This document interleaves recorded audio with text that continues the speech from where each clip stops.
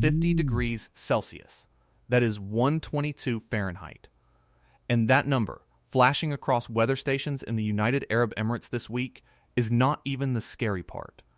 The scary part is what your body does when the air hits that wall and the humidity climbs right behind it.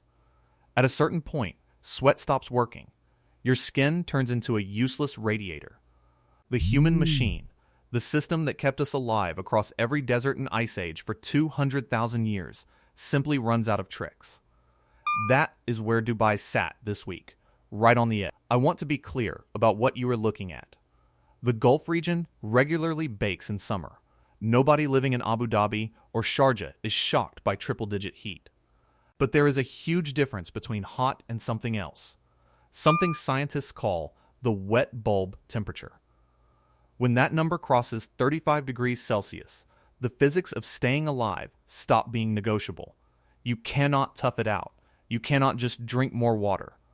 Your core temperature climbs hour after hour, and no amount of shade, fans, or fluids will stop it. This week, parts of the UAE brushed against conditions that flirted with that boundary. Conditions like that are not supposed to happen on Earth, not because the thermometer showed a massive number, but because that number, combined with moisture off the Persian Gulf, edges toward a threshold that was supposed to be theoretical. It was a line researchers drew on paper, assuming we would never actually reach it in a place where millions of people live and work. Let us break down why the Gulf is where this line gets tested first, and why the sweat on your skin, the most basic survival system you own, is suddenly not enough. Start with the water. The Persian Gulf is shallow. In some spots, it is under 35 meters deep, essentially a warm bathtub sitting between Iran, Saudi Arabia, and the UAE. In summer, the surface temperature climbs past 34 degrees Celsius. That is not swimming water. That is soup. A warm sea pumps the air above it full of moisture. Evaporation goes wild, humidity spikes, and humidity, far more than raw heat, is the real threat. Your body does not cool itself just by sitting in cool air. It cools down when sweat evaporates off your skin. Every drop that lifts away carries heat with it. It is a brilliant system that keeps marathon runners upright and construction workers standing through brutal heat. But it has one fatal weakness. Evaporation only works if the surrounding air can absorb the moisture. When the air is already saturated, your sweat has nowhere to go. It beads up, drips off, and pools on your skin without cooling you down at all. Meanwhile, your internal temperature, normally locked around 37 degrees, starts climbing like a car engine with a jammed radiator. That is wet bulb temperature in plain terms. Scientists measure it by wrapping a thermometer bulb in a wet cloth and blowing air across it. The reading shows the lowest temperature you can reach through evaporation alone.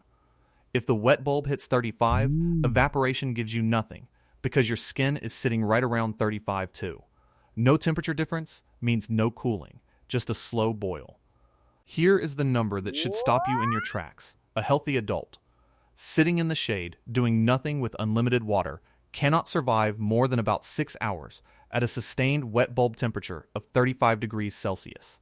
Fit adults, laborers, kids, the elderly, it does not matter. 6 hours, and organs start to fail. The Gulf is one of the very few places that has recorded wet bulb readings near that limit. Researchers looking through weather station data found brief spikes, usually lasting an hour or two, along the coast of the UAE, neighboring Gulf states, the Red Sea, and Pakistan. These were not sustained 6-hour events, but quick flashes. Still, they proved the line we assumed was purely academic has already been touched. The theoretical became real, right in inhabited areas, and almost nobody outside a few climate labs even noticed. When you stack this week's readings on top of that history, you realize why regional meteorologists were staring at their screens. They were watching a region living closer to the human survival ceiling than almost anywhere else on Earth. Look at what Dubai actually is. 90 years ago, it was a pearl diving town of a few thousand people with mud brick homes along a saltwater creek. Life was ruled entirely by the sun. People slept on rooftops in summer to catch whatever breeze came off the water. They rested at midday because moving in that heat could kill you. The entire routine bent around the temperature because it had to. Then oil arrived, and Dubai replaced those routines with steel, glass, and constant air conditioning. Today, it holds over 3 million people, the tallest building on Earth, indoor ski slopes, air-conditioned bus stops, and massive malls. The whole city runs on one core assumption that we can out-engineer the heat, and as long as the power stays on, the desert stays outside. That assumption has a massive crack in it, and this week widened that crack. Air conditioning is not magic. It is machinery, and machinery needs electricity, huge amounts of it. On the hottest days, the power grid strains under millions of AC units running non-stop to fight the sky. If the grid stumbles, you get cascading failures and summer blackouts. In most places, a power outage is annoying. You light a candle and wait it out. In a place brushing wet bulb limits, a blackout during peak heat is a countdown.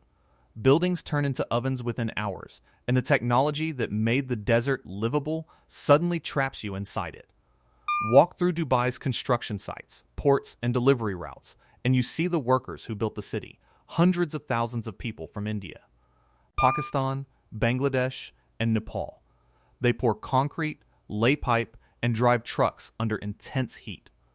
The Way has a midday work ban in the summer to block outdoor labor during the worst afternoon hours, and that rule definitely saves lives.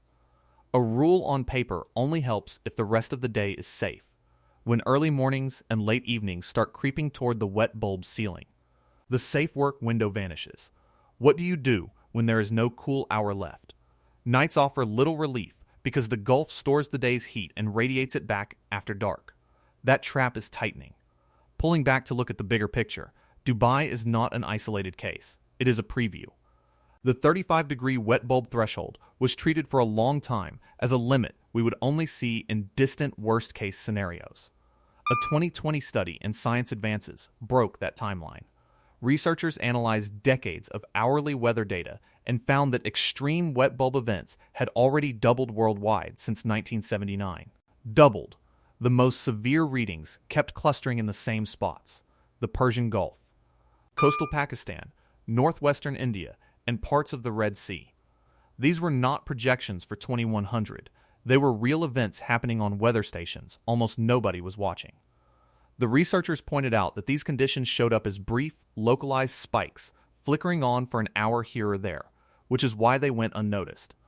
Monthly and daily averages look survivable, but the human body does not live in averages. It lives in the hottest, wettest hour of the afternoon. In that hour, in these specific places, the line has already been crossed. When Dubai's numbers climbed this week, it was not a surprise. It was the pattern, doing what patterns do. Getting more frequent, lasting longer, and nudging closer to the moment when a brief flicker turns into a full afternoon. Why does the Gulf keep showing up at the top of these lists? 3 factors collide there. First, that shallow, superheated sea acts as a full-time moisture factory all summer. Second, warm, humid air gets trapped along low-lying coasts where major cities sit. Third, the heat is relentless. It is not a one-week heat wave that breaks, but months of unbroken punishment where small baseline increases push conditions over an edge other regions never reach. Tens of millions of people across the Way, Qatar, Bahrain, and coastal Saudi Arabia, live right in the target zone. This is not happening over empty ocean. It is happening over homes, schools, hospitals, and highways. People often say these countries have the money and technology to adapt, and they do. Gulf states invest heavily in cooling infrastructure and engineering, but that confidence assumes the machines never fail, the grid never blinks, and resources hold steady under conditions designed to stress all of them at once. Heat does not care about economic wealth. It follows physics, and physics is patient. Look at what actually happens to the body when it loses this battle. It starts with heat exhaustion, dizziness, a pounding heart, pale clammy skin, and a severe headache. That is the warning phase. If you reach cool air and drink fluids, you recover. Push past it, and you hit heat stroke. Your core temperature surges past 40 degrees Celsius. Cruelly, sweating often stops completely because the body's cooling mechanism breaks down. Skin turns hot and dry, confusion sets in, speech slurs, and disorientation turns into unconsciousness. The brain overheats, and organs like the kidneys, liver, and heart begins shutting down. Without rapid cooling, heat stroke kills quickly. In normal heat, you can fight back with shade, water, a cold shower, or air conditioning. At the wet bulb limit, those options vanish. Shade does nothing when the air is fully saturated. Water cannot help when sweat will not evaporate. A fan just blows hot, wet air across skin that cannot shed heat. Every basic tool stops working simultaneously. The horror is not just that it is hot, but that there is nowhere to go. This threshold is completely different from a standard heat wave. Normal heat waves target the vulnerable, like the elderly, sick, or those without AC. A wet bulb event at the limit endangers everyone equally. Fitness and youth will not save you. Thermodynamics sets the rules, and it does not make exceptions. We did not cross the lethal 6-hour line in Dubai this week. To be completely clear, I am not describing a mass casualty event. Readings drifted toward the danger zone, spiked in places, and then backed off. Air conditioning held, people adapted, and life continued normally. That is exactly why this serves as a warning rather than a tragedy. A region sitting closer to the edge than almost anywhere else got a clear reminder of how thin the margin is. Every year, that margin shrinks. The sea gets warmer, spikes last longer, and nights cool down less. You do not need a disaster to see where the trend is going. For most of human history, people survived extreme heat by adapting to it. Desert cultures did not fight the sun, they adjusted their lives around it. They rested at noon, worked at dawn and dusk, built thick walls, created shaded courtyards, and slept where air moved. Their entire lifestyle respected a climate they knew they could not overpower. Then we built machines to ignore it. For 70 years, that approach worked. We built glass cities in environments the human body was never built to endure, assuming the problem was solved. It was only postponed. Every bit of cooling creates a cycle. The hotter it gets, the more power we use, putting more strain on the grid and making things hotter. Beneath all that infrastructure, the human body retains the exact same limits it had thousands of years ago. 37 degrees internally, 35 wet bulb externally. Those limits are fixed. That is the reality of what Dubai recorded this week. It was not just a high reading on a thermometer, but a collision between human biology that cannot change and an environment that is changing quickly. This issue extends far beyond the Gulf. The same wet bulb math is moving towards South Asia, where over 1 billion people live and far fewer have access to reliable air conditioning. If a lethal wet bulb spike hits a coastal city in Pakistan or eastern India during a power outage, people caught outside will not have air-conditioned malls to retreat to. They will only have shade, which cannot beat the physics of wet bulb heat. The Gulf represents the wealthiest, most engineered version of this environment, with the resources to adapt the longest. If meteorologists there are concerned, it shows how much harder this will hit regions with fewer resources. The wet bulb limit was long viewed as a theoretical line in climate papers, a hypothetical boundary for future scenarios. It was never expected to show up on real weather stations over major cities right now. Yet it has, in short spikes that lasted an hour before dropping. Those spikes are gradually getting longer. Keep an eye on the Gulf and those wet bulb numbers. They mark a critical boundary for human habitability, and the Persian Gulf sits right on top of it. What unfolds there over the next decade previews what other hot, humid coastlines will face down the road. The reading showed Dubai was survivable this week, and people walked through it fine. But survivability is a flexible margin, and margins can disappear quickly. The desert has always been patient. It waited decades while we put up glass towers and assumed we had conquered the heat. It is still there, and the main question is whether we will pay attention to the shrinking margin before a short spike turns into a full afternoon in a city with no power left.